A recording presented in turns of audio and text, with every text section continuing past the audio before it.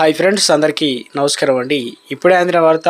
కాంగ్రెస్ కీలక నేతకు ప్రమాదం, ఆసుపత్రికి తరలింపు, తీవ్ర టెన్షన్లో ముఖ్యమంత్రి రేవంత్ రెడ్డి అంటూ లేటెస్ట్ అప్డేట్ అయితే వచ్చిందనమాట. సో ఆ వివరాలు ఏంటనేది కూడా ఆ వీడియోలో తెలుసుకునే ప్రయత్నం చేద్దాం.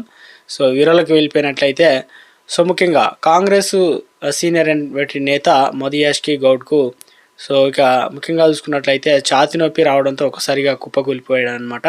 ఇక మంత్రి శ్రీధర్ బాబు పేచీలో ఉన్న మధుయాష్కి ఛాతీ నొప్పి రావడంతో అస్వస్థతకు గురయ్యాడు. సచివాలయంలో ఉన్న డిస్పెన్సరీ సిబ్బంది తక్షణమే వైద్య సహాయం అయితే అందించారు. అనంతరం సిబ్బంది వెంటనే గచ్చిబౌలిలోని ఏఐజీ ఆసుపత్రికి అయితే తరలించారనమాట. ఇక ప్రస్తుతం ఆయన వైద్యులు చికిత్స అయితే అందిస్తున్నారు. దీనిపైన మరింత సమాచారం అయితే తెలియాల్సి అయితే ఉందన్నమాట.